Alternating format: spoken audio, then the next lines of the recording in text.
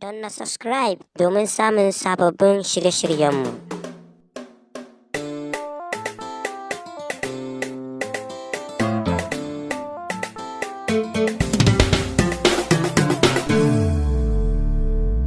Kin ga tausayi bai da lokaci bare a daga ranarsa, kowa ya san shirin gobe babu daɗi ya darsa ya fasa. Ka na farga ba ta riga da ta kaula jin abin busa, wanda ke jiran amsa shi ya aika sakonsa. Na yi jinkirin inda ka da zafi a yanzu ya huce, ga taraddadi wanda ba makoma ta yaya zan jure. Ga abokanai na ta shawarar in faɗa da mun kaure, in ji umma sangare kan masoyi ka jure. Kana da mai san ka duniya ka riga da kai sa'a, inda rayuwa za ta ƙara daɗi gamo da mai da'a. Dukka duniya za mu tare so ne muke kiwa bai'a, mai kuɗi da mai shari'a ce kiwa ya ce a'a. Kiwon cikin barewa a dajewa a zaya ba ta kanmu, gumbar wuta mai kyale ta tunda akalar ta ba wai sanwa.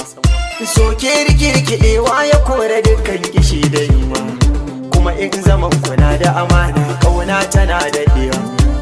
Na riga da na ƙosa ki zamo ni yanzu maki, kada a jani bana bidar zuwa inda babu ki.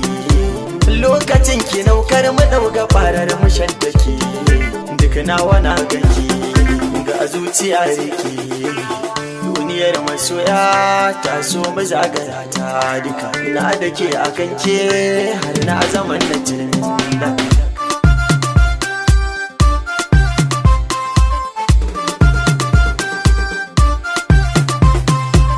Idan dai da raina ban san na juya baya ba, idan kin guje min ba za na samu karfi ba.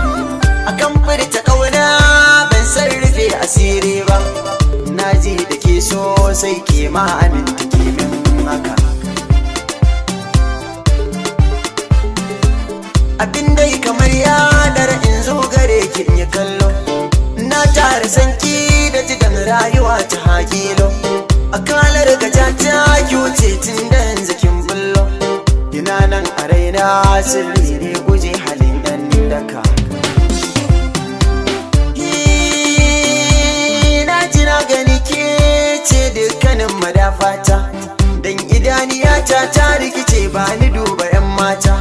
Tun gani na farko kika tafi min diri da kurwata, kare da ke cikawa da ka so ki ba ni zan rika.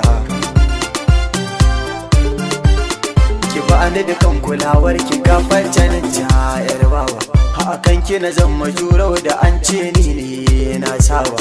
Zancen da nake yi karki ganin sa bai bai koro ba, da in a burin ki zamto uwar 'ya'yana. Da na ji a rai nake ɗai kike kishi na, matakin farko kin ba ni so har ƙauna.